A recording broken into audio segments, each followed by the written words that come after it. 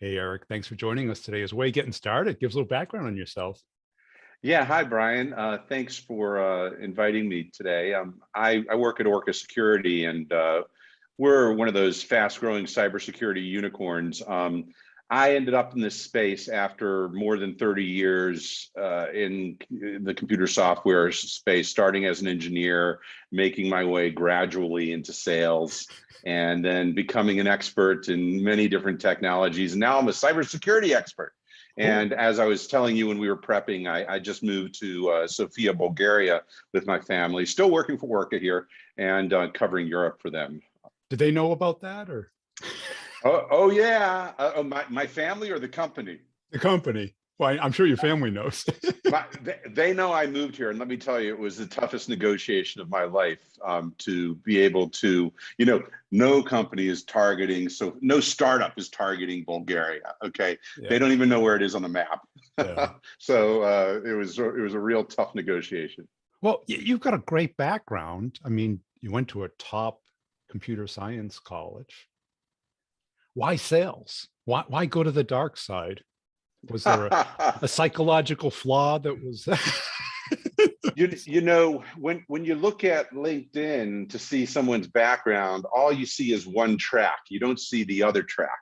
yeah. And in my life, there's a laugh track. Okay, and so I've always I've always been a performer on stage, whether it's in high school, etc. I do stand-up comedy, and I just wasn't satisfied being an engineer initially in my career. And frankly, I didn't see why I should do all the work and then the sales rep should walk away with the big paychecks. I figured, shoot, I can do the same thing and make the same money. Yeah. And but then there's this overseas. Tell me about the Tel Aviv thing. Well, I've got a lot of family in Israel, and You do? Okay. I've studied Hebrew my whole life, and I speak it conversationally. But what happened was what initially started out as my parents trying to make me a good Jewish boy turned into an interest in Hebrew language. And later in my career, it turned into connections with Israeli startups. So I Oh, became sort of their Sakagawawa, half-breed guy in the United States who speaks Hebrew and understands Israeli culture, yeah. understands American culture, and I helped a lot of Israeli startups enter the USA. And what was the first year in sales like? Because I'm sure you hung around the salespeople and you go, anyone can do this. Right? But I then was when you have to do it, you're like, it looks so easy. Yeah, I was completely clueless. I would say for the first 5 years, I was completely clueless. I didn't know what I was doing.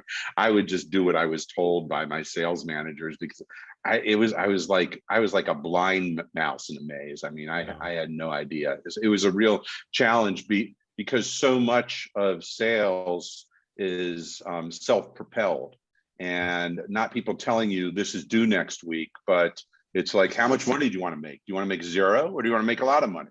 Uh, and Yeah. so realizing that and realizing not to seek the rules from other people and chart my own course was something that took a while to figure out. And how did you learn it? Was it trial and error? Did you have a mentor, somebody who said, look, this is how it works. It doesn't make sense, but it does work that way.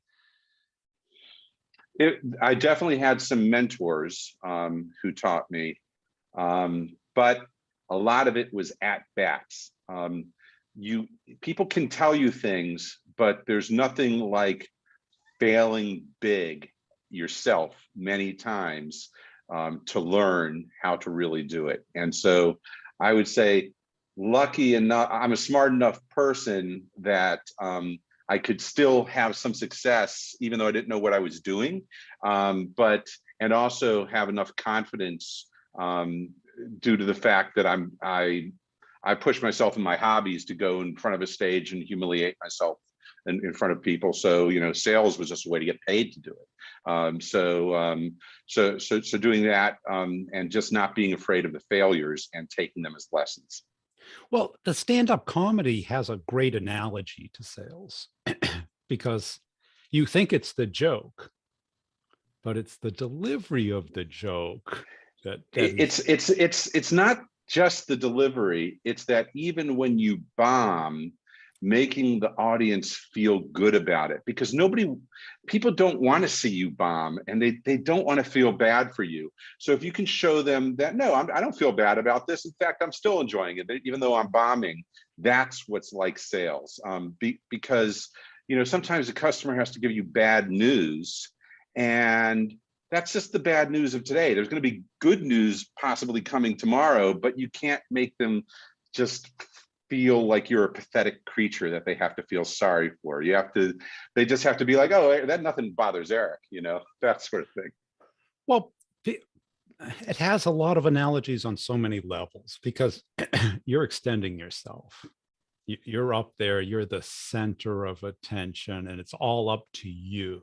Your job is to perform and try and make them laugh, entertain them in some manner. Yes. In sales, we've got to get people's attention. We got to get them to look at the world differently after we talk to them than before.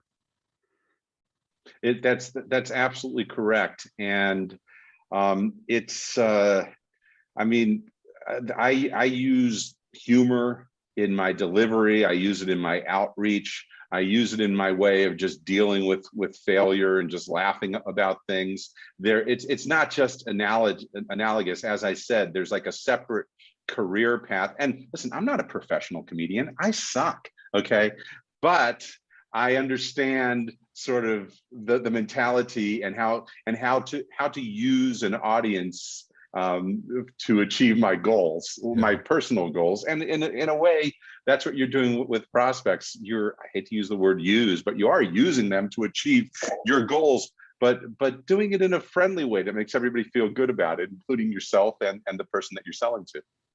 And when you got into sales, what were some of the things that you learned that were either the surprises or counterintuitive? Yeah, a few things. First of all, I learned that even though you might work for a company whose goal is to sell a product, 90% of the people in the company have goals other than that. They're trying to, make sell their a product. Yeah. Exactly. They're trying to make the new presentation for marketing. Yeah. They're trying to plan the next event. And your goal to get the contract signed tomorrow can actually put you in direct conflict with their objective that they might even get a bonus for. So realizing that not everyone's got the same goal as me was one thing. Another one was how much of sales takes just being a human being. I talked to so many younger sales reps who've got all these acronyms of Medici and this and that and this sales product, whatever it's called. I don't even care.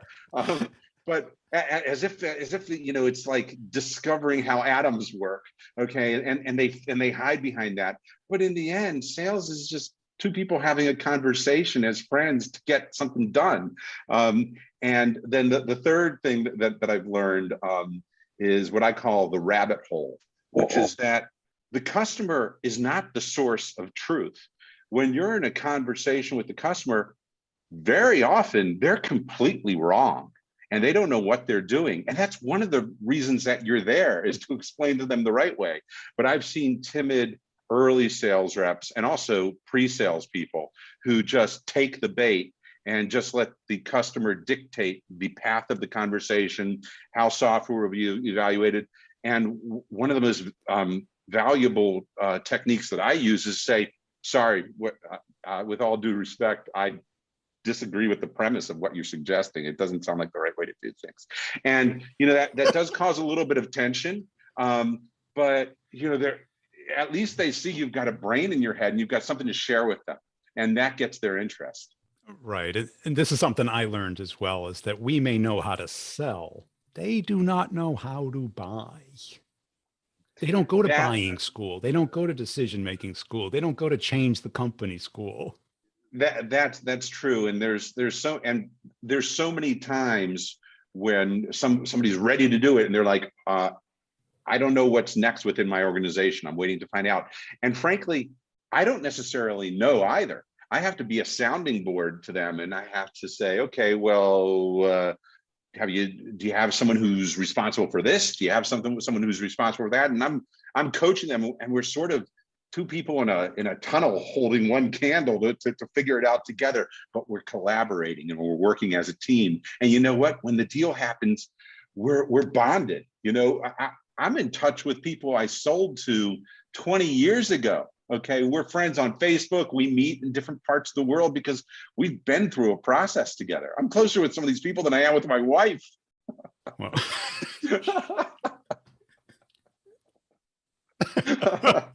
well, that's kind of the rapport you need to get, because we think I'm sales rep, your customer, we help each other, but no, you both want to accomplish something. They want to fix something within their company, and their company works the same way. Not everybody at that company cares about fixing that. Yes, yes. And it really becomes a conspiratorial collaboration between two friends to get something done. And listen, I don't always become best buddies with the people that I sell to.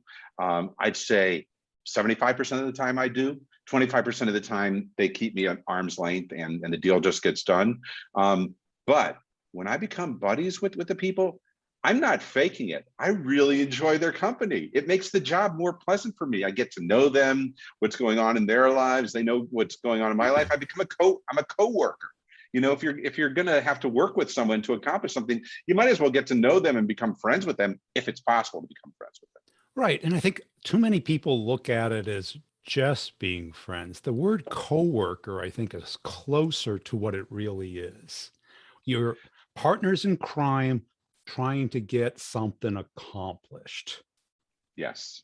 Yes. If you don't reach a point where you feel like you're collaborating, then the risk of your deal, you still might close the deal, but the risk goes up because you really don't know what's going on. Yes. And if you don't have that rapport, the bandwidth, and the likelihood that you're getting the full, complete, accurate, honest story is diminished greatly. Yeah, yeah. I've had so many times where before I've gotten really close with the person I'm selling to, there's sort of a little bit of a game going on where they're like, oh, I can't really tell you who the competitor is. Oh, I can't tell you what the price to beat is. And I'm like, at some point, I just say, do you want to buy our software? Because if you do, tell me all this stuff and I can work with you to overcome the objections that you have internally with the other people. If you don't want to buy it, then don't tell me anything because I won't be able to convince you of anything. Oh, we're more expensive? Oh, it's a secret that wouldn't be ethical to tell me. Why isn't it ethical to tell me what price to beat? Yeah. Do you want to buy it? Tell me the price to beat. I'll tell you yes or no. Okay, then we don't have to waste any more time on this. You know, just cutting through the sort of the false rules that aren't really rules, and just focus on what are we really trying to do here. People, for the most part, people appreciate that. I always say, though, with my particular style, which is a very open and friendly style and a very natural style with customers, 90% of my customers love me. The other 10% hate me and request another sales rep because they just want someone who's scientific and more business-like, and you know, I'm just not serious enough for them. But I'll take 90% odds. You know, if I lose 10% of my deals, fine, that's fine. Have the other reps close those deals. Well, it's also a very telling part of a deal, because I'm sure in your space, you get into the beauty contest all the time. They pick the top 3 to 5 vendors in that quadrant. Come on in, show us, and they want to keep you at arm's length. But if you do not get that type of rapport, the deal is probably not leaning your way.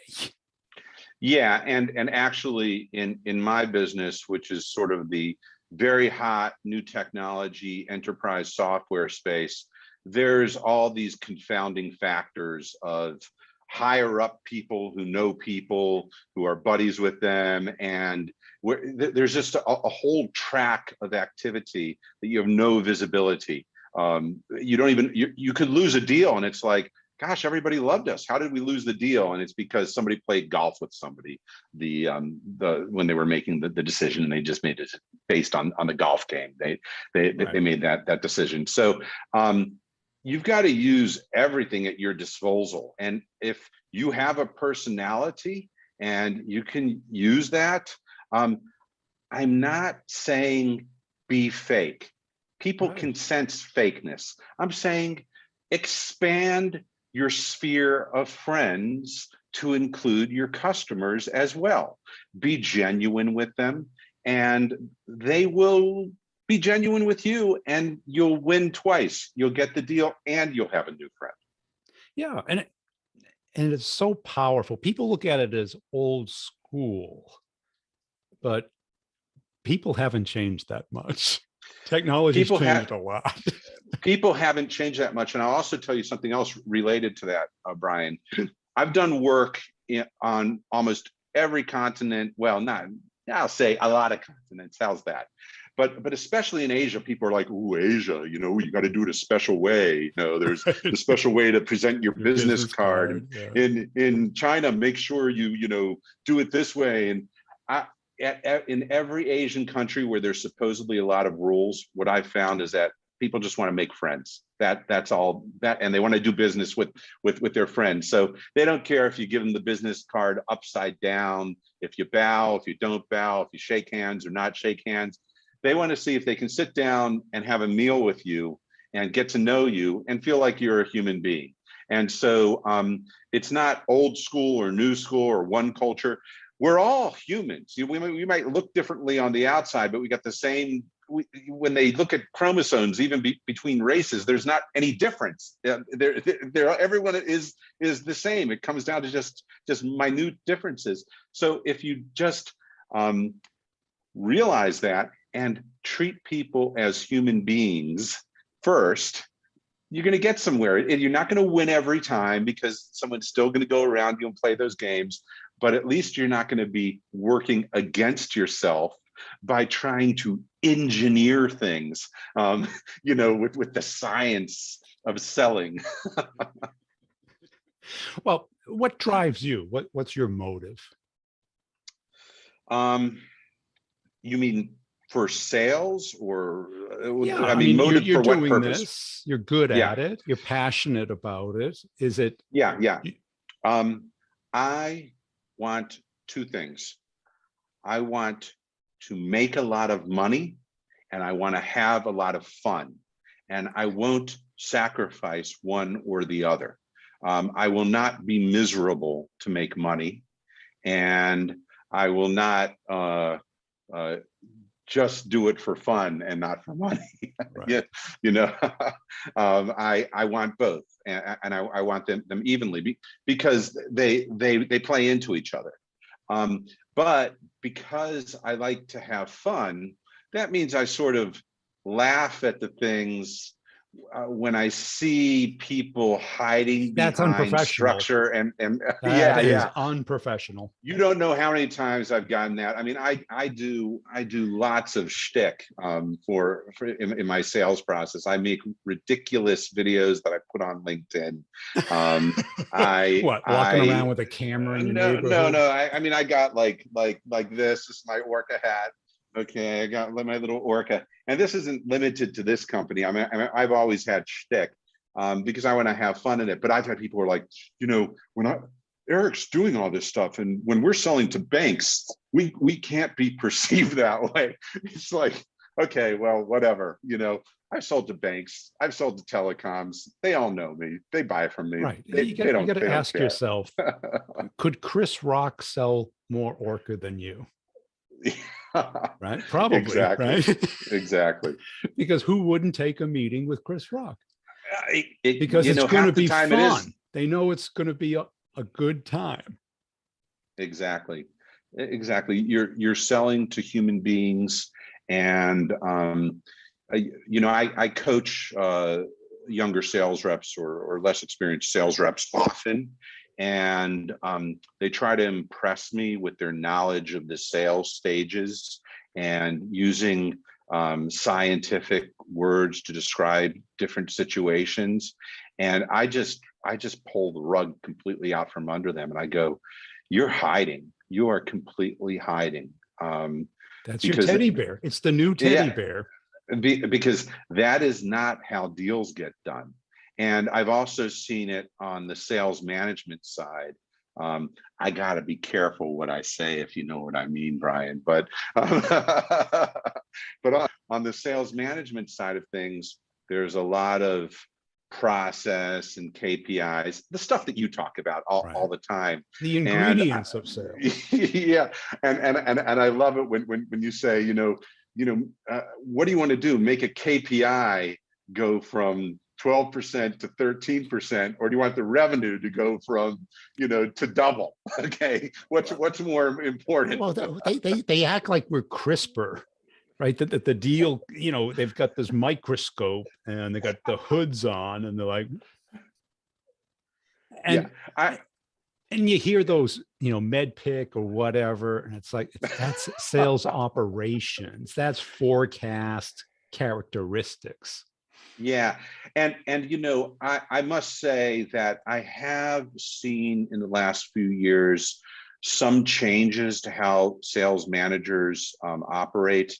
The sales managers that I work for, I've been trying not to become a manager. I like to be a cowboy myself, but for the sales managers, instead of them sticking to the sort of BS KPI stuff when they're managing people, I'm seeing that sort of die down a little bit, but they still keep it for their board presentations. Because what are they going to say to the board? In the end, we're hiring a bunch of characters, and the more we're great entertainers. and the crazier and more entertaining they are, they close more deals, and we're crossing our fingers. They can't say that. They got to make a spreadsheet, and they got to show that the graph is going up and up and up, and that, there was a dip this quarter. This is how we're recovering. Yeah. Well, right. There's, the boardroom, it's play business. But sales, and what people don't understand is we're not selling to an algorithm. We're selling to another human being. We need time and their attention to understand and have them understand why we're the best at this. Yes. A brochure is not going to do it. An ad's not going to do it. A webinar is not going to do it. There's a certain point where I know the deal is going to happen.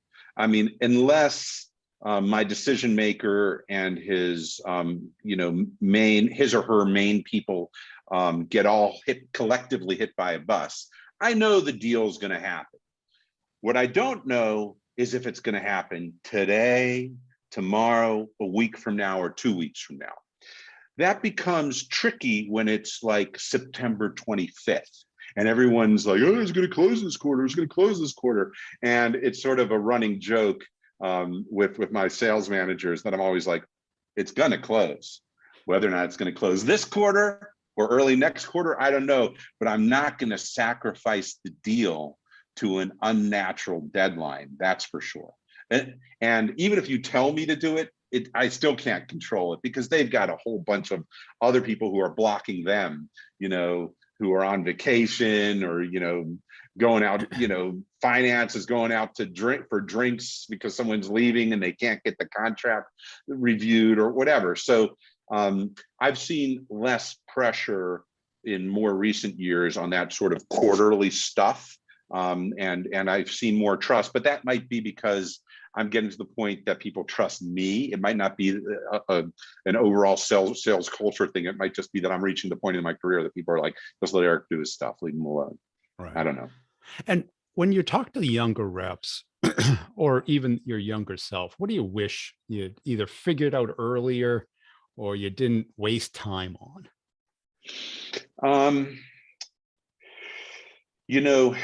I thought about the question because I've heard you interview other people and ask that same question. I think that there's 2 or 3 things. First of all, there's no substitute for mastering the technical domain of what you're selling. And so many sales reps rely on their sales engineer, their pre-sales person. It's sort of like, hi, I'm the sales rep, and the company has this many people, and we have this is our funding, and these are our current customers. And now Bill is going to tell you about the product. I would say that the good sales reps don't do that. They master it so they could actually do the entire presentation without the sales engineer. If you reach that level of mastery, you will close more business, because that means you can have more one-on-one conversations where it isn't, hey, yeah, I'd love to do the call, but I need my brain to be in the room to explain to me what I'm selling. Okay, if you can become a domain expert, selling to the customer who's a domain expert without needing to have, you're like a blind person without having your cane in the room, then you're going to make more money. And people think that that's insurmountable, that they have to go back to college and get a degree. And I'm like, today, that is not as hard. It takes the want, it takes the hunger, the curiosity. It takes curiosity. You can learn anything if you can make analogies, because every complex profession in the world is analogous to simple fundamentals. And so you just build on those analogies, and then you can gradually become an expert. What you have to do, though, is ask a lot of questions, and you have to look very stupid in the process, and you have to not be afraid of looking stupid by asking those questions. Well, I sold cybersecurity having zero security experience, all software, technical stuff, highly technical stuff. Yeah. But you go into security, it's a whole nother world. And if you can't understand it, because in security, you overload all those words, firewall, this, penetration. That's what I'm talking about. It's like there's like a priesthood that keeps people out by having a language that seems to be difficult. But once you get through the overloaded terms, you realize that these are the same concepts of security that existed in medieval times. In the physical world. Yeah, having a wall around something. If someone can get inside and they steal the keys, then they can open up all the other doors. Have key and knowledge. And it's not a mystery, but there's layers of words upon words. And so you have to have the patience and the confidence to get through those layers. Because we're the translator of the industry speak to normal human being speak. Absolutely correct. Because if I looked at and I used to do this, I look at the competitors, everything looks the same. They use the same words, do the same thing. They're the best. Everyone's the best. Yeah. So how can a customer pick? We have to differentiate off of what they understand. Yeah, actually, in my business, the customer is picking about 60% based on technology and about 40% just based upon the confidence that they develop in the team. And that's often represented by me. So if I can talk the talk very deeply with the customer, that is going to increase their confidence level in making the decision. Right, because now it moves from Eric being a fun guy to talk with, easy to get along with, helps me. Now we're talking about what I care about, and he understands me. Exactly. It's like we share the same problem domain. We can even joke about the industry and the problem domain because I understand it. I'm not just the guy who's asking for the contract and asking, whoa, what's the next step in the process here? I can actually say, hey, good thing you're doing it this way because that's going to give you some value, and talk about technical things intermixed amongst all the personal things we might be talking about as well. Right. And as I look at your background, not a lot of it is security. No, I've been doing software forever, but technology. listen, but listen, once you do, I've done so many startups, I don't even know how many I've done anymore. But once you've been in this industry long enough, if you're good and haven't parked yourself somewhere to retire too early for 15 years, if you've moved around, then you've trained your brain to just keep learning new technologies over and over again, and to start to see the analogies between other things that you've sold. Because analogies, certainly in security, helped me immensely. Because the first I went into, like, a zero revenue security company, Yeah. third round of salespeople. They hired security people first, then data center people, then software people. Yeah. And I go, you've been selling this all wrong. Yeah. Security don't care about this Yeah. until Well, a certain point. well, it might have been, Brian, that you had seen not only analogous patterns in the technology, Yeah, of but course. analogous pain patterns, Yeah. which you could map to other software that you've sold, and then you could just, come up with a way to apply analogous solutions, sales solutions to it. So that doesn't surprise me at all. And if there was one skill that you could take a pill for that would up your game to another level, what would it be? Listening better and taking more notes. I do a lot of it already, and I'm much better than I was, but there are so many times that you can use the customer's words against them, and I don't mean that in a negative way. I mean that well, Bill, you said this 3 weeks ago. Did that change? No, Eric, you're sort of right. Yeah, that is my, just remembering what they said, and not starting off each meeting like, okay, yeah, Yeah, we just met and each who are other you again. again? Right. Yeah. Groundhog Day. Yeah. Cool. Hey, Billy, Eric, I'm sorry. I appreciate your time today. Where can people go to connect and follow you? Well, on LinkedIn, that is the best place to find me. I'm a very promiscuous LinkedIn user, and Easy. yeah, and in fact, I think that I was very early, so I think like my LinkedIn handle is even Eric Gold or something like that. But that's the best way to reach out to me.